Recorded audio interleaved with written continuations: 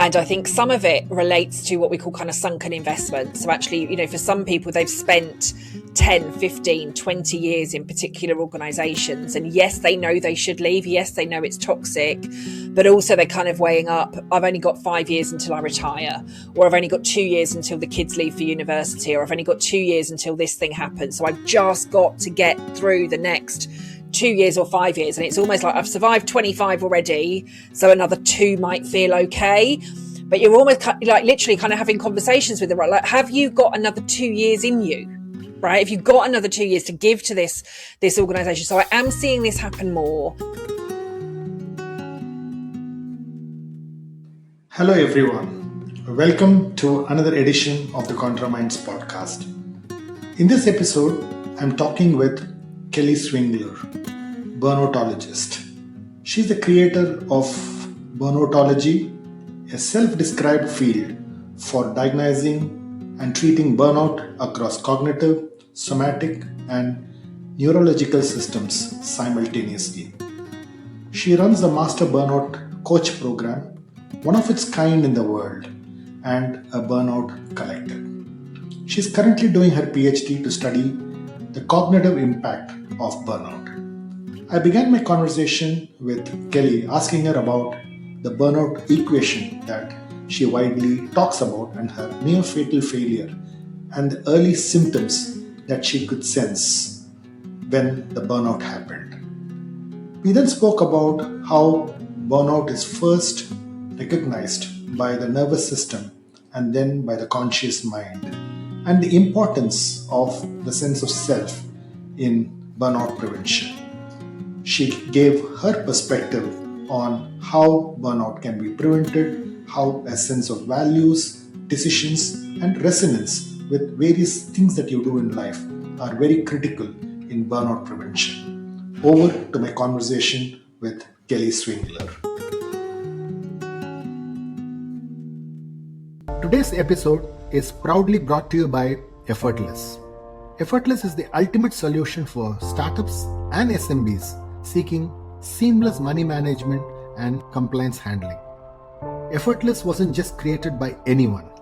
It was crafted by chartered accountant turned entrepreneurs who understand the pulse of startups and SMBs. Visit www.goeffortless.ai and embark on a journey that will redefine the way you do business.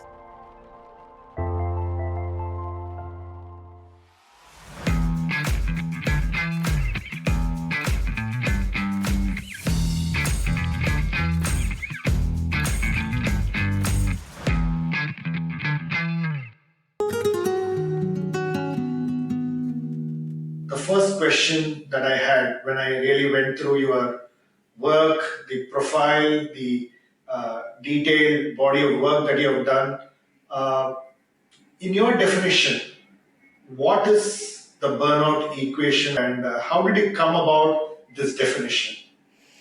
Yes, the burnout equation is, so the burnout equation itself is basically tells us that toxicity minus our sense of self equals burnout. So toxicity minus sense of self equals burnout. Now, toxicity can be, and there are lots of different studies and lots of different research out there. So up until recently, the kind of number one cause, if you like, what we were seeing as burnout globally was toxic workplaces. Earlier this year, so earlier in 2026, there was another research study that was concluded that looked at kind of 60 years of burnout research, really. And that told us that the number one cause of burnout was actually not so much toxic workplaces, but actually having unclear job expectations. So if we've got people within the workplace, then we can kind of look at it from there.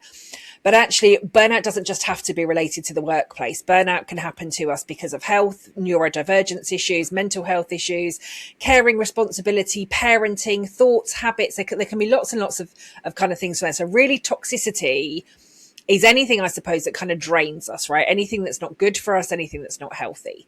That sense of self then really, like, who are we, right? What are our values? What gets us out of bed in the morning? What drives us, our passions, our motivators?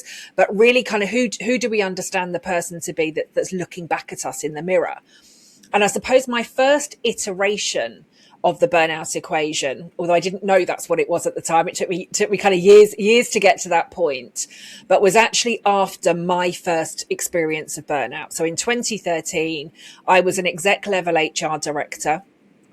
I still refuse to admit at the time that what it was burnout. And I think very often we don't know it's burnout first time round, right? Sometimes it takes us 2 or 3 or 4, or I know people that have been through it 5 times and then they're like, I don't want to be here again. So it's very, very rare actually that we will know it's burnout until we're kind of coming through the first side of our first. But I had taken some time off. I had to have, as a result of the physical impact of burnout on my body, I ended up having to have 2 operations in 48 hours after 7 months of pain and lots of kind of unanswered questions about what was going on with my body, both of which ended up being related to burnout. And I'd taken a couple of weeks off, the only time that I'd had off during this 7-month period. And I went back into the workplace and realized, and it'd been glaringly obvious for years, really, but I'd gone back into the workplace after this period of absence, and I realized just how toxic that environment had been. But more than that, I realized just how much of myself I had lost by being in that toxic environment. Because I think when we're in toxic environments, toxic workplaces, habits, patterns, behaviors, thoughts, whatever we're kind of looking at from that toxicity perspective, I think what we miss a lot of the time is how much of ourselves we either lose or adjust or adapt, or we start to act or think or talk in a ways that is not aligned with our own values.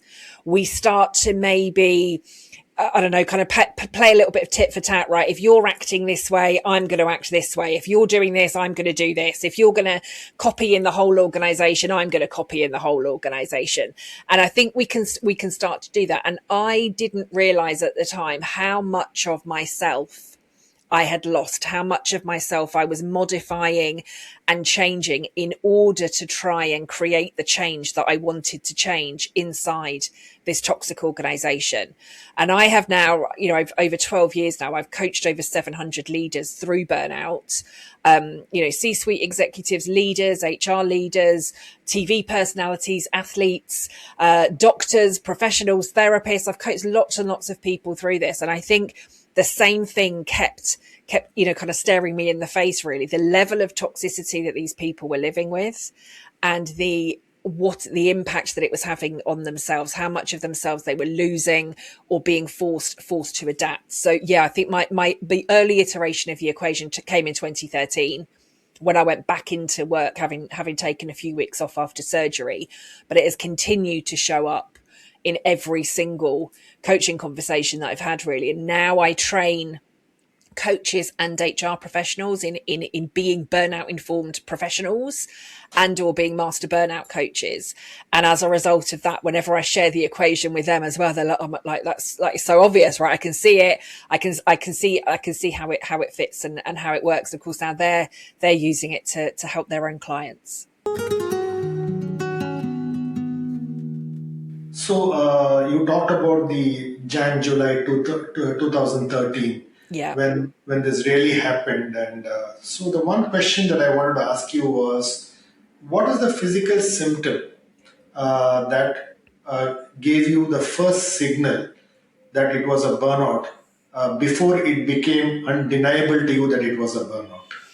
Yeah, and I think that's a really interesting thing. So the really kind of quite literally gut-wrenching pain that I was experiencing had started to come from a lot of digestive pain, a lot of digestive issues. It almost felt like I was kind of being stabbed in the stomach from day one. But again, if I look back on that, I had 7 months of that pain. I mean, that pain was causing me to pass out. I couldn't stand up straight. I was very kind of hunched all the time. It was just becoming overwhelming. But again, as I look back now and I suppose understanding now what I know about burnout and how long it can take for those signs to actually really begin to take hold, it could be something subtle, like it could start with headaches. it could start with digestive issues. It could start with more tension and tightness in the body. Now that could come from tightness in the jaw. That could come from the shoulders. It could be lower back pain, hip pain, sleep issues. We can become more, we can lose our attention. Our focus can start to go. We can become more cynical, more snappy with people. We've got less attention, less time, less energy.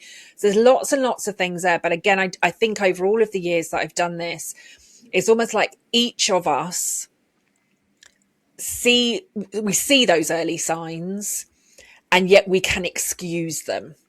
Maybe the fact I've got a headache is because I haven't drank enough water today, or I've spent too much time on my screen, or I need new glasses, right? Maybe I've got digestive issues because of something I ate last night that's upset me, or again, I've been drinking too much of the wrong thing, or I've got a bit of an upset stomach. It's almost like the signs, I always kind of say, I think the signs start to chip away at us, like they're there and they can be quite subtle, and they can be quite subtle for a really, really long time. But we ignore them and we excuse them and we blame lots of external factors. And yet for every single person that, again, I've coached through this, there has been something that has made them say, okay, now I need to start to pay attention, because it's almost like the whispers have all of a sudden become like a gut punch, right? Something dramatic has happened that has made us, okay, this now isn't right. And now I need to do something about it. Now, for some people, some clients that I've worked with, that big sign has been a stroke or a heart attack. It has been the first time that they passed out. It has been, I've got one client who just burst into tears uncontrollably and had, kept doing so 6 times in a morning and thought this isn't right. For one person, one client, I remember them saying it was a panic attack. They literally had to sit under their desk in a meeting room. They'd gone into a really severe panic attack and just found themselves kind of hiding under a desk in this state of panic.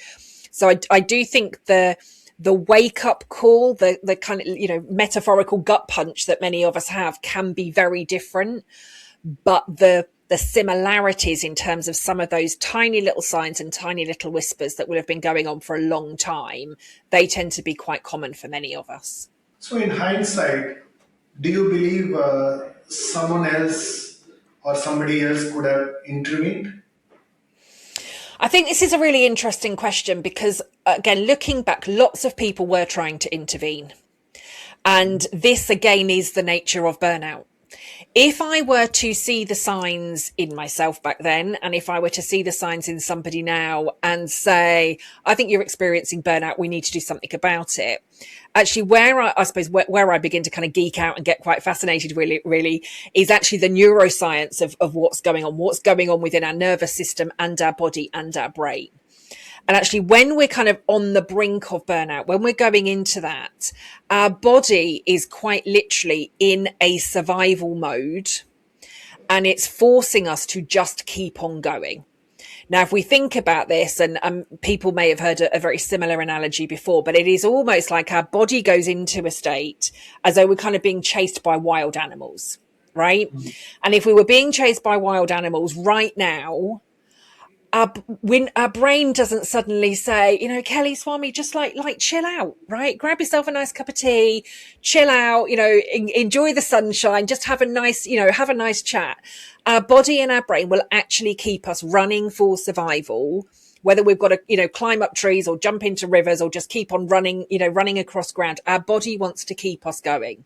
And if somebody even on the outside is kind of, don't worry about it, we've tamed the animals, right? That they're not going to do anything. We're not going to be paying attention to that because we are just going to keep on fighting.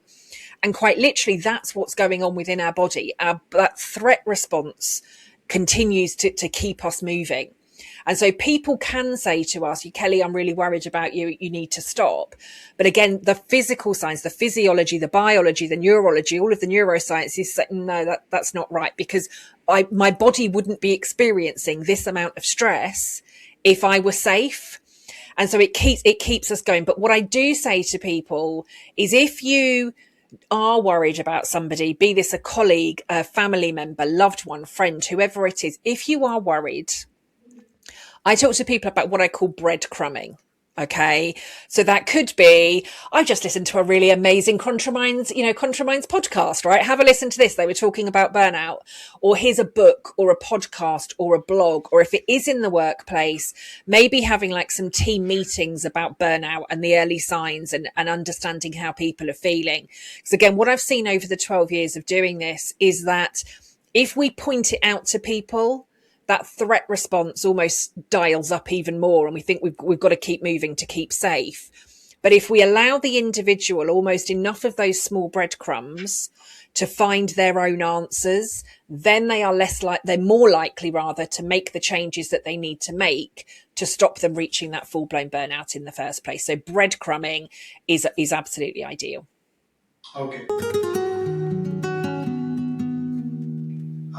Again, going back, you were always told that, you won't reach the HR director position with your two young twins. And, Yep. What you did at that time was to prove somebody wrong, right? Yep. And did you see that as the reason for the burnout, which is really the way I would put it, is, would you tell your 28-year-old yourself, right? Slow down, or was the pace a part of what you had to get there? And many people are, having contradictions around this, right? Which is, I need that pace to get there, but I'm in contradiction with myself because I may not want that pace, but I don't want to slow down. So is that the kind of contradiction that creates this kind of a problem? I mean, it can be, sure, yeah. But I think, if we take it back to the burnout equation, and I think if I look at my own life during the burnout equation, I also, what I didn't realize at the time, particularly during those 12 years, I had some, a number of undiagnosed health issues relating to women's health. And I think they, at the same time as pushing in my career and working in my career, they were causing a lot of masking. They were causing me to push through a lot of pain anyway. So I think there can be reasons, whether it's health issues, mental health, it could be stuff that's going on at home. There is, I think there's often something, again, that's causing us to lose our sense of self. And that loss of sense of self can be masking. It can be pushing too much. It can be the toxicity. If I look at my own experience, I say, yes, I became a mum of twins at 20, completely unexpectedly. And I was I was an exec level, a C-suite level HR director at 30, then reached burnout at 32. In the final organization that I worked in before I reached burnout, on the first day in that role, now I had been headhunted into this particular position, but on day one in that organization, every single part of my being, intuitively, physically, everything was telling me to leave the organization. And I didn't. On the very first day of going into that role, every single part of me was like, get out of here, right? This is not the place for you. And I stayed. And so I ignored my intuition. That was really the first time that I had ignored my intuition. Right? I am a very intuitive person. I'm a very intuitive leader, and I ignored it. And I put it down to a few things. I put that feeling down to, like, this is the biggest role that I've ever had. It's the biggest amount of money that I've ever had. It's the biggest amount of responsibility. So I almost kind of put aside those intuitive feelings to think it's just first day nerves, right? It'll be fine. And yet that feeling continued and continued and continued for months, and I still kept resisting it. And so I stayed in that toxic environment that was becoming more and more toxic every single month. And 2.5 years later, then I ended up at burnout. Now, I had to twist and change a lot of myself within that organization. There were lots of questionable things that were going on, and I kept trying to be the one to fix it. And I kept trying to be the one to change it. The kind of earlier part of my career, I'd had 8 years where I'd ended up having 7 different promotions. I was used to working hard. Even now, I'm still in my own business. I am still a hardworking, ambitious, driven woman. I love drive. I love creating impact. I love the work that I'm able to do. And my values, my mission, when I was in HR, I genuinely wanted to create better places to work. And I was doing a lot of that. I was working on projects around individualism in the workplace. I scrapped annual performance appraisals. I was doing, putting in people first initiatives and making sure that we were putting people before policy and human first workplaces. I was creating loads and loads of amazing things and creating better workplaces. And that was being shown in our customer service data, our employee engagement data, like everything was reflecting that. And then I went into this toxic organization. I knew it, and as part of the recruitment process, I was told it would be hard and that there was a lot to change. And yet I think it was that somewhere along the way, I lost myself in, this is the biggest, best job that I've ever had. If I can turn this around, I can then go and do anything. But I really, really lost myself within that organization. But I think I became more driven to achieve in that organization because I could see how brilliant it would be if we got it right. But at the same time, I was also pushing myself to my own personal limits because of the health issues that I was almost kind of masking underneath. And I knew that if I'd started to kind of talk about those or almost kind of give into those, I wouldn't be able to achieve the role that I wanted to achieve in the first place. So I think it was those sorts of things. Workplaces and workload can, of course, become too much for people. And if the workplace and the workload falls into that toxicity category, then yes, we're going to be more prone to burnout. But again, I think it's having those two things at the same time. Lots of people thrive and do brilliantly when they've got really, really intense workloads. And if the environment or workload or work life or relationships or whatever is toxic at the same time. But the missing ingredient really is that sense of self. If you have a strong sense of self, if you're living in line with your values and your morals and your ethics, and you are in those kind of really heavy workload type environments, you can still avoid burnout because you've still got that sense of self. And actually that sense of self allows you to almost kind of balance the toxicity and maybe even just like be able to switch off at the end of a work day and focus on what it is that you needed to do. But the environment that I was in really caused me to lose a lot of that sense of myself. And I was almost kind of fighting for survival daily within that organization. And so I think the two combined is ultimately what contributed to that. I have a related question to this. Of course. One of the challenges that people face, like what you said, is really not having a sense of self in terms of whether that's the job that I can do. It's not really the toxicity of the workplace, but my own assessment of my capability to take that role, have the resilience to play that role, and that always is something that you overestimate and you end up having a burnout. How do you really assess that? Because there might not be toxicity at all, or there might be some sense of toxicity in any workplace, but your sense of self, of what you can do, is something that you always overestimate. And how do I really, I would say, plan for it or assess it?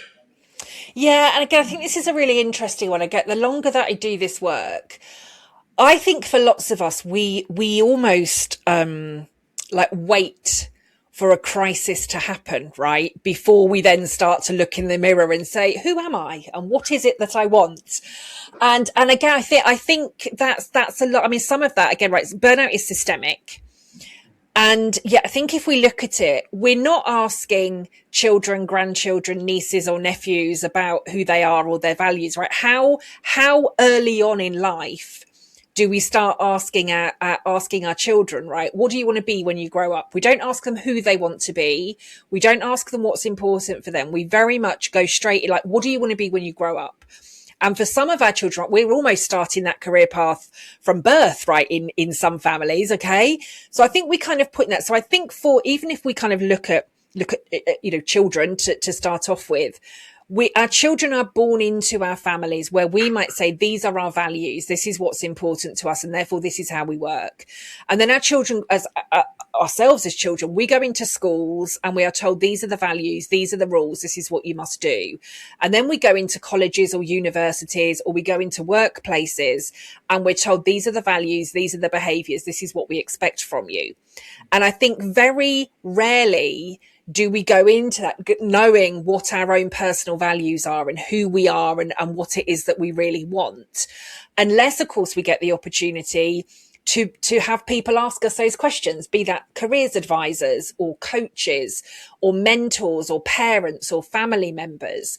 And so I think for many of us, we wait until we get into a crisis, and then we don't recognize the person that's staring back at us in the mirror. And then we start to do almost the kind of personal exploration work, right? And maybe we are, I don't know, climbing through the Himalayas or something, aren't we, on this journey of self-discovery? Or, I've been on a few kind of yoga retreats in India myself, right? Kind of Rishikesh and down in Kerala on some kind of Ayurvedic retreats. And I've had conversations with people that are, in ashrams or sat on the sides of on the side of rivers, like looking to have the moment of, this is me, this is my moment of clarity, and this is what I've been looking for. And I think if we could start that earlier and have that as part of, I don't know, an introduction to work or an introduction to university, or include that into schools, and we did some values work and some exploration work around that stuff, because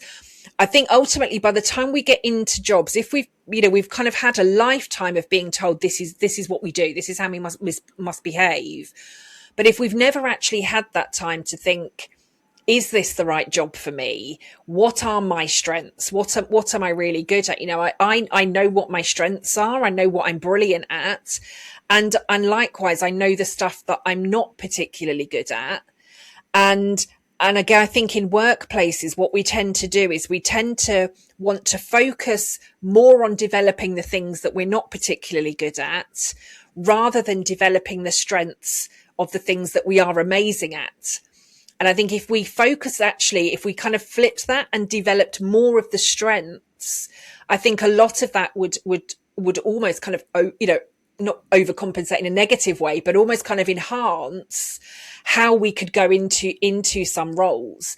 And some of us will be, again, if we kind of think about it in terms of kind of energy, some of us are morning people, some of us are night owls, some of us have different dips throughout the course of the day. Some of us will work better in team environments, some of us will work better in isolation, some of us will work better in the morning, some of us will work better in the afternoon. If we look at kind of Daniel Pink's book When, for example, that talks about kind of different chronotypes and how we can impact differently during the day, how I think he mentions in there, how kind of in the legal system, for example, judges will make different decisions in court based on whether somebody's gone into court in the morning versus in the afternoon.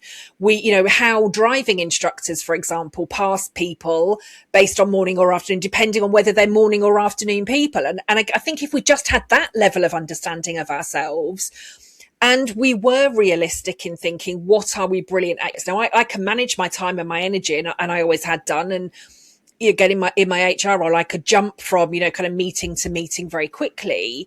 But at the point that, again, there's kind of physical signs of burnout, I was involved in 16 different projects at this in multi-million pound projects. That becomes too much. And, just trying to have those conversations was overwhelming. And again, if I had maintained a strong sense of self during that, I would have said enough.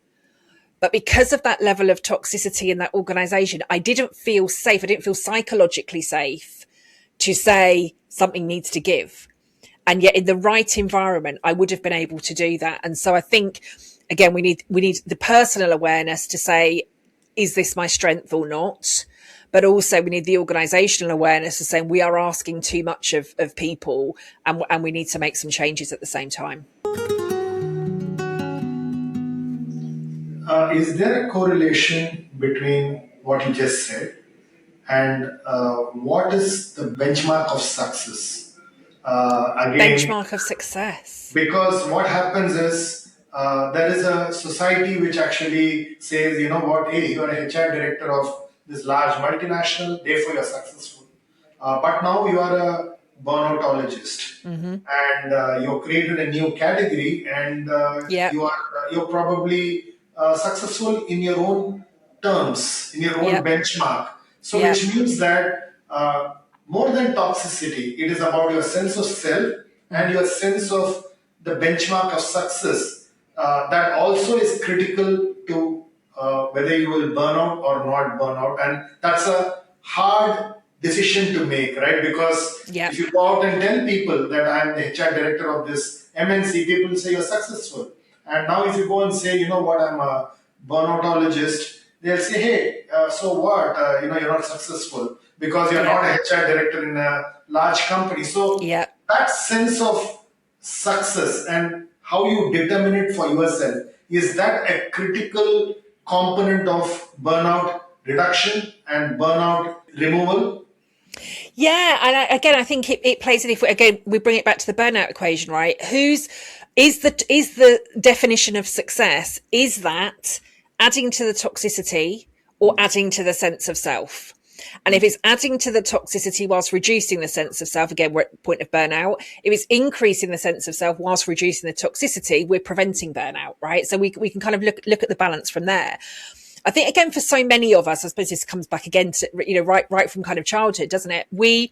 For lots of us, we are told the definition of success is we need to study hard. And if we study hard, we can get into a good college, a good university, a good whatever that may be. If we do that, then we'll end up in a good job. And as long as you keep on working really, really hard in that good job, you'll get paid loads of money. You can then buy yourself a nice house, a nice car, have a nice family. You'll be successful for the rest of your life, right? That's kind of, again, what many of us get told. But actually, for some people, that's not success. And I genuinely thought it was for me. And, I turned 40 during the pandemic. And I can remember having a kind of what's happening. Now, I'd been self-employed and running my own business and, kind of growing my team by that point for 6 years. But I hadn't really thought past 40 because I'd got this C-suite position, HR director at 30. And I thought I genuinely thought I was a corporate lifer. And I thought by 40, I'd be in a bigger organization, maybe a global organization in an HR director role with a bigger house and a bigger car and bigger holidays, but kind of like just more of what I had already. And I think that definition of success is really interesting because actually when I'd first left corporate and because of the things that I was doing within HR, I was already speaking on lots of different stages. I was winning awards, but within the first couple of months of starting that company, I was asked to speak at a Women in Business, a Women in Leadership event for a global bank. And would I go and deliver this talk for them? And talk about, kind of women in leadership and what this will look like. And I was really delighted because I thought I'm only a couple of months into business, right? This is an amazing opportunity, kind of, go me, this is great. And yet I had a panic attack in my car on my way to that talk, because that was, I think, where the realization hit me that I was no longer Kelly, the award-winning HR director, kind of exec level role with this huge organization. I was just Kelly. And that was a real kind of turning point for me because actually could I be enough? Was I enough without the big job title and without the big salary and without the big company name behind me? And I genuinely had a panic attack in the car on the way to this. I had to pull my car over. I was, I've got to tell them I've got food poisoning or I've got stomachache or there's something wrong with me, or I need to tell them like my house has flooded or there's something wrong with my boys. I've got to I can't go and deliver this talk because I'm just me. And that really became a turning point for me. And it's still something that I have continued to work on a lot over the years. But yeah, I think if I were to have a conversation with anybody now, would I necessarily be considered a success? Because I haven't got, a multi-million-pound organization. I don't employ a massive team. I've, scaled back even a lot of my speaking opportunities at the moment. So I'm not even, kind of traveling around the world as I used to, talking about burnout on global stages. I spend a lot of my time now kind of at home in this environment, training other coaches from around the world. Would anybody else actually from kind of look at that and say, you're a success? Probably not. But actually, would I then look at them potentially? And are they working 80 or 100 hours, hours a week for a 6-figure salary, never spending any time with their family, always running on exhausted? I would have looked at that as success, at 32. For me, at 46, that's no longer success. And so I think also our definition of success can change with our career, with our role, with our parenting or not responsibilities. What success looked like for me at 20 looks very, very different now at 46. And I think it's almost giving ourselves permission to redefine what success looks like for us at varying different stages of life. Fantastic. You're also doing a PhD on the cognitive impact of burnout. I am indeed, yes, because I'm a glutton for punishment and love exhausting myself all of the time. So I did read about that, and is there anything that you find in the research that reinforces some of the concepts that you've been talking about, or are there any surprising findings which are early? You've not completed your PhD, but I know you are in the process of doing it. But is there something interesting that you are figuring out there, which you would like to share?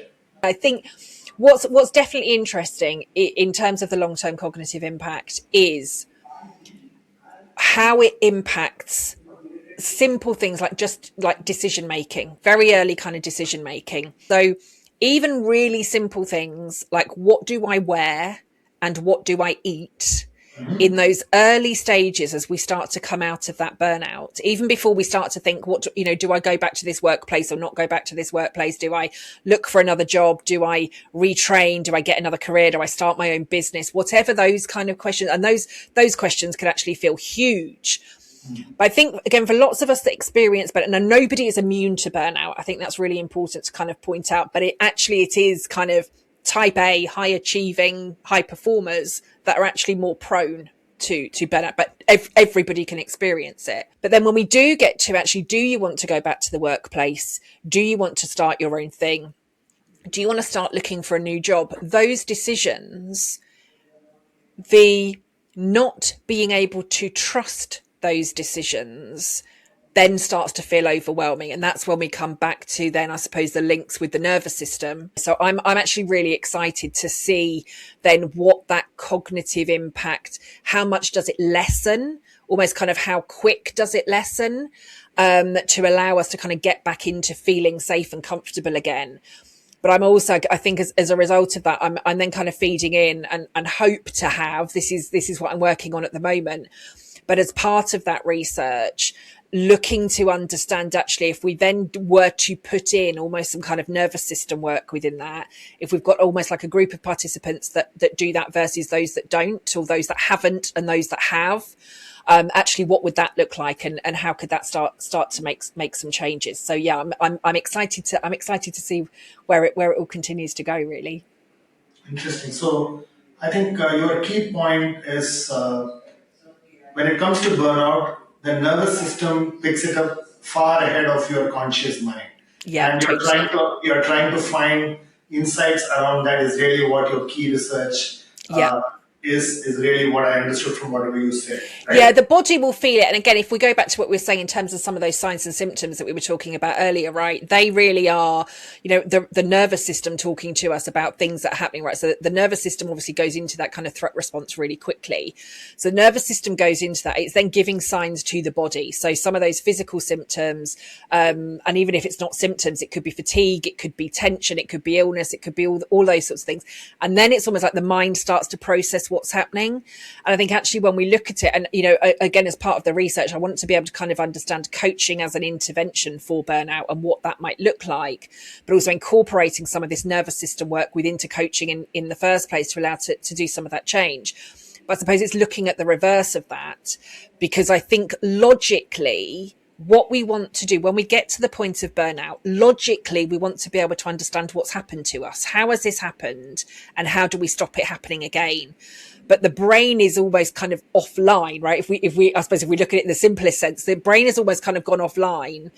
So logically, it can't give us any of those answers. But we know if we try to make a decision or if we try to move forward, again, the body's giving us the signals, right? The body's giving us that gut reaction, or it's causing tension, or it's causing tightness, or it's causing more illness or fatigue or something.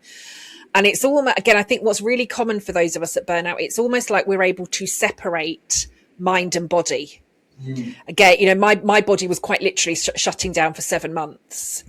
And yet I was still working from my hospital bed every time that I was being admitted to hospital.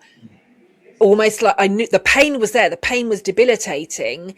And yet somehow I almost felt separate from my body, because as long as I could keep on working, I could keep on working. Yes, I'm experiencing pain, but I can, and that's what I see with lots and lots of people. So it's almost, we have to kind of rejoin the mind-body connection again, get the brain and the nervous system speaking to each other, getting everybody to kind of understand what those dots are again, and not ignoring some of those signs, right? If we're logically trying to answer something, but the body is in a freeze mode, or we get that tension or tightness, we've got to almost kind of be able to speed up the process for the brain to say, okay, the body's giving me this signal. What does that mean? And then we can start to think logically about the steps that we need to take to make some improvements. So yeah, that's my geek out for the next few years anyway, in terms of joining all of these dots. Interesting. When I look at your burnout equation, when you talk about toxicity minus sense of self, do you believe this sense of self is a fixed capacity, or do you believe my sense of self can be improved, which can then get better than toxicity? So is there an ability to kind of grow my sense of self? Yes. What's been your experience? Utterly. Yes, absolutely. And so again, I think for lots of us, not everybody, and a lot of what we're talking about today is I suppose kind of, stereotypical, isn't it? We're kind of talking in terms of broad theories. But yeah, I think for lots of us, as we said, we get to the point of burnout, we don't recognize who we are. Many of us don't know, and we might say that in coaching or to partners or family, like I don't know who I am anymore. So it's almost like if we're coming through burnout, we're almost kind of starting from zero in terms of that sense of self. But we can start to uncover and unpick, and we can start to do the values. I mean, even just again, for me over the last few months, I've done a lot of work again around my values and understanding this. They've changed considerably from, what they were last time. Now, the underlying thread may still be there, but actually how I talk about them, how I understand them, but also how I want to use my values. I don't just now want to say, oh, that's one of my values. I'm now looking at how I can use my values in making decisions, personal decisions, life decisions, health decisions, business decisions. Because if it's no longer aligned, I don't want to do it. I've not got the constraints anymore of, young kids at home. I've not got the constraints anymore of being in a corporate environment. And so actually I can now, I suppose, focus even more on that sense of self and linking that to everything that I do. As I said, career, life, relationships, friendships, work, everything from that perspective. And so I think there is a core of this is me. And I think once we know this is me, I mean, it's the kind of growth and opportunities for that could be exponential, right? And we can keep developing it and keep growing and keep questioning. I mean, I often say to quite a lot of family and friends, I think once you've kind of started on this route, it's never ending, right? There are always different dots to join. There's always different questions that you can be asking. So I probably think now this, I don't know if I'd necessarily call it kind of self-discovery or self-exploration or whatever it is that you want to call it. But I think it's just, certainly for me anyway, I think having now started it feels like an endless journey, but in a good way. I mean, it's not forced. I think it just gives me an opportunity to just keep reflecting, keep growing. Am I happy with where I'm at? What needs to change? How could I be even more me? And how could I reduce, what's the toxicity? I mean, I do kind of regular, kind of quarterly now, kind of like little toxicity audits, right? And again, it doesn't have to be like, I'm in a toxic environment, but again, where could I be? And it's, am I spending too much time on social media, for example? So as I said, I've now come off, I'm no longer on Instagram and TikTok, for example, for work, because I realized I was spending too much time with them. That was something that was toxic.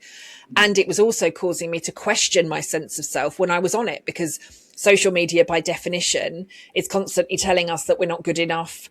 We need to spend this much money. Instagram, every third post is an advert, right? Telling me that my face needs to change, or my hair needs to change, or my teeth needs to change, or my glasses, or my clothes, or my outfits, or something. So it can be those sorts of things. It doesn't necessarily always have to be a kind of quest for a sense of self.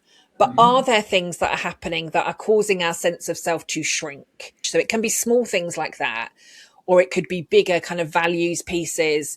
It could be stuff around how we work, where we work, the type of clients that we want to work with, how we want to behave at work, the type of leader we want to be, the type of parent that we want to be. It can be, you've got, I suppose, two sides of the coin and completely different ends of a spectrum. But I think, we can just continue to keep building and developing and shaping that sense of self as we go. And I do think the more we build that sense of self, the less we allow the toxicity anyway. Interesting. So you're almost talking about a resonance of the various decisions and roles that you play. And if you have a certain sense of resonance in all those decisions and the roles that you play, then your chances of burnout is far lesser. Is really absolutely what I'm taking out as a summary of what you just said. Yeah, right? Totally. The perfect summary. Perfect summary. Love it. Yes. Yeah. So I have one more question around the three types of burnout that you talk about, which is frantic, moral injury, and finally bore out.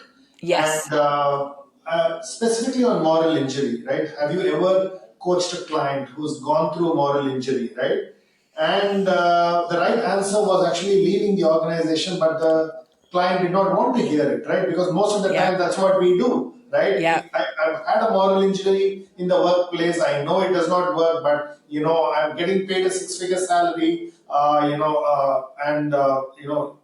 kind of coaching that person, and the person does not want to hear leave this job. So how do you handle that? Because that would be the starting point for the burnout and the final, I would say, nail in the coffin, right? Yeah. So how do you handle this kind of a situation? Yeah, I have seen this probably more often than I would have wanted to see in all of my coaching, actually. Yeah. And actually, I have a group called the Burnout Coach Collective, and we're actually seeing this happen a lot more with other burnout coaches that I train. And I think some of it relates to what we call kind of sunken investment. So actually, for some people, they've spent 10, 15, 20 years in particular organizations. And yes, they know they should leave. Yes, they know it's toxic, but also they're kind of weighing up, I've only got 5 years until I retire, or I've only got 2 years until the kids leave for university, or I've only got 2 years until this thing happens. So I've just got to get through the next 2 years or 5 years. And it's almost like I've survived 25 already, so another 2 might feel okay. But you're almost like literally kind of having conversations with them, right? Like, have you got another 2 years in you? Right? If you've got another 2 years to give to this organization. So I am seeing this happen more. And I do think globally, as we see more uncertainty around job markets and what's going to look like, there's AI stuff, there's political stuff, there's cost of living, there's so much stuff that we could talk about on a global level, isn't there? That's kind of feeding and fueling job markets at the moment, and job certainty and career growth and leadership and all sorts of things. And it is a reality for some people. Yes, of course, the obvious answer is leave and go somewhere else. For some people at the moment, it's like and again, there's two things. Do I have the energy to look for something else in the first place? And also, is there something else out there? Because the job market is telling me no. So we're seeing this, I've seen this rise considerably over the last 5 years, more so over the last 2 years, because of what's happening kind of globally, economically, politically, all of those sorts of things that are going on. And I think if somebody genuinely cannot leave, be that for financial reasons, or work location, ease of life, the way it fits around caring responsibilities, parenting responsibilities, finances, whatever the reason. I think as coaches, what's really important then is really to understand that we need to coach the person where they are. And so actually for sometimes it's not about coaching them out, but it's about coaching them and getting them to a point so they can stay. And how can you work with them and coach them in a way that allows, again, increased sense of self, reduce the toxicity? So do they need more boundaries in place? Do they need to be speaking up more in meetings? Do they need to be making better decisions? Do they need to find ways to just, kind of once the work day's done, they just switch off and clock off, and then they spend more time with family and friends and loved ones doing amazing stuff that's going to energize them and restore them and make them feel better, ready for another day in the job tomorrow that's going to be toxic and drain me and all of those sorts of things. Now, some of those decisions are going to be very, very dependent on every single one of those individuals. But I do think from a moral injury perspective is we're seeing rise more in sectors like education and healthcare and the legal sector, and also within HR, because we've got individuals that genuinely care about what it is that they want to be doing, whilst we've got systems and processes and environments, be it political decisions, government decisions, be it funding, we're expecting people to kind of do more for less, be it the increase, AI coming in, whatever that might look like. I think, if we take healthcare, for example, more and more healthcare providers, particularly if they're publicly funded, want to be doing more for less. You've got people on, definitely here in the UK, very, very low wages that are trying to save the lives of people while the systems around them are broken. That's causing moral injury. Not every single person, though, that works in healthcare wants to leave healthcare, because every single part of them, and again, from their values piece, is about, this is what I'm here to do. I've trained to do this. This is what I'm here to do. This is what I want to do. I just need all of the stuff to get fixed around me, and then everything will be okay again. And so I think we're seeing moral injury burnout increase. And I think for those that genuinely need to stay or want to stay within those roles, we need to be looking at different ways to decrease the toxicity and increase the sense of self, to allow them to, we may not even go as far as saying to thrive in those environments, but to survive in a happier, healthier way within those environments until such a time that they feel safe enough to be able to leave, and or until the market is safe enough for them to leave, and then they can go and do something else. Great.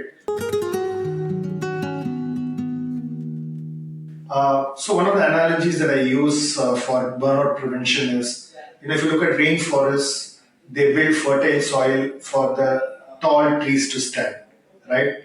So similarly, what is the equivalent of the soil for burnout prevention? Oh, amazing question. Again, I'm going to come back to the sense of self, right? I think the soil has to be like who we are, right? Our strong foundations. What's going to allow me and you and listeners, what's going to allow us to stand firm in our sense of self and say, these are my values. This is what matters. This is my passion, my drivers. This is what gets me out of bed in the morning. This is what matters. This is what I love doing.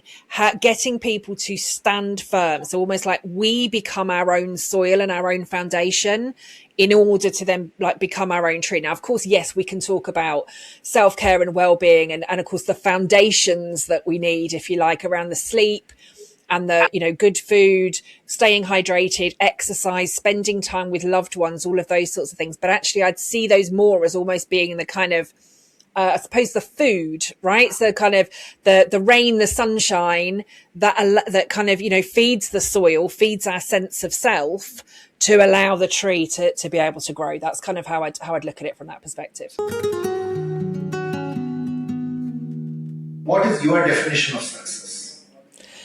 My definition of success, for me at the moment, my definition of success is knowing that I am making an impact whilst keeping myself whole. Can you repeat that once more, please? Yeah, making an impact whilst keeping myself whole. Fantastic. The next question that I have is what would be your advice to an 18-year-old in a university when it comes to uh, burnout prevention and preparing themselves for a life where they don't have this kind of a situation?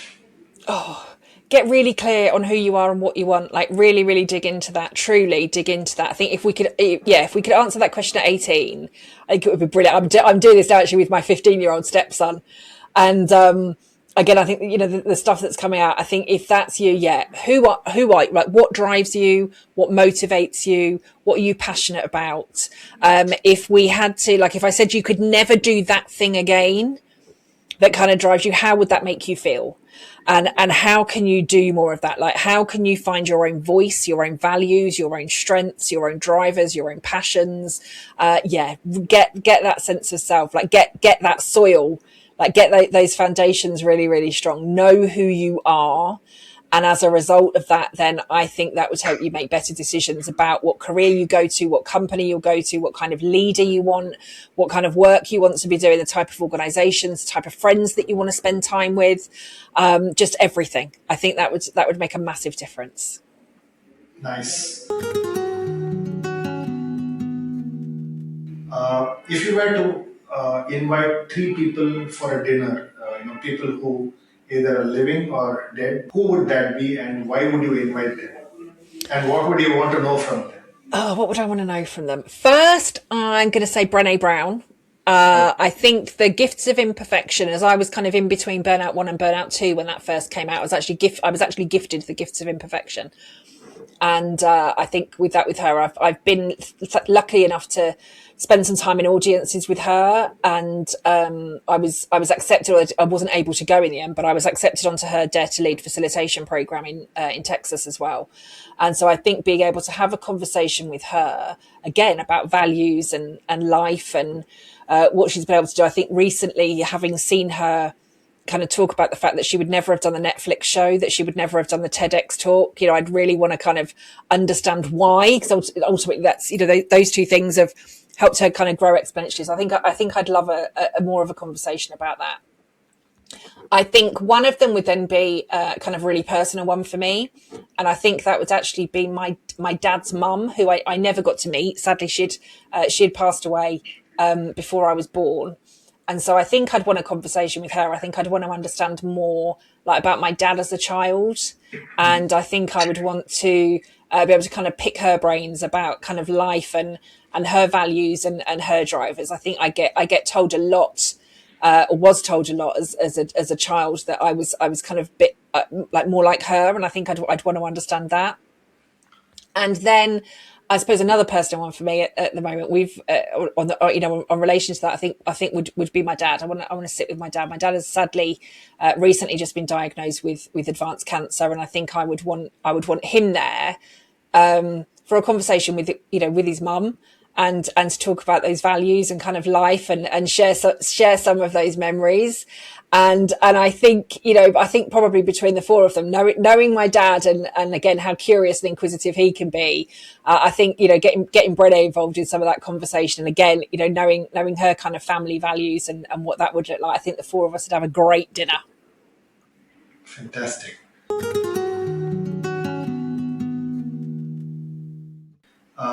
The last two questions. What's one piece of advice that you got? I'm sure you would have got many, but one piece of advice that you cherish and you value even today. I think, it was a coach. I think I just started my business. She'd been one of my coaches whilst I'd been in corporate. And when I started my business, she kind of really dialed it up for me even more. And that was to continue to be the blue fish swimming among the goldfish. And really, what she really meant by that was, and I get there's an analogy, isn't there? I think there is a picture. I think if you Google it, you'll kind of see it, but it's kind of goldfish going in one direction. There's a blue fish in the middle of them that's going in the completely different one. And I think it really is like don't be afraid to stand out and be different. Don't be afraid to kind of swim in the different direction if it doesn't feel right for you. And so I think that has continued to stick with me for, 12 years or so now. But just, continue to be the blue fish swimming among the goldfish. Very nice, very nice. And my last question is, what's one thing that you believe in that others don't agree with you? Do we have another hour for this one, Swami, for us to answer this question for you? I think probably the biggest thing for me at the moment actually is that I'm at a point where given that we can see I'll bring it back to work, right? And I think the biggest thing that I'm seeing at the moment is around coaching. And at the moment, I do not believe that coaching is safe unless it is burnout informed. And I say that because we're seeing the stats in the research telling us that, kind of up to 91% of adults, just here in the UK, again, if we looked at it globally, but we've got at least 91% of the workforce that is experiencing stress or chronic stress. That will lead to burnout if things don't change. I can't believe that as coaches, we're only coaching the 9% of people that are not stressed and experiencing chronic stress. And so I genuinely believe at the moment, and it doesn't mean that you have to be a burnout coach, but I think, burnout is showing up in coaching rooms, in coaching relationships, whether we know how to spot it or not. And I think as coaches, we can do more harm than good if we do not know what we're looking for, how to amend our coaching and what it is that we need to do. And I know I'm already getting some pushback from many people in the coaching community about that. But right now, I do not believe that coaching is safe unless it is burnout informed. So I will continue to keep shouting that one. Thanks. Thanks, Kelly. It was a lovely conversation, a lot of insights, authentic opinions, and the way you expressed it was really fantastic. It came from the bottom of your heart, and really enjoyed this conversation. Thanks for taking time and talking to the Contra Minds podcast and our audience. Thank you very much. It's been a real pleasure to talk to you. I've really enjoyed it. So thank you again for the invitation. I hope some part of the conversation is useful for your listeners. Thanks. Thanks.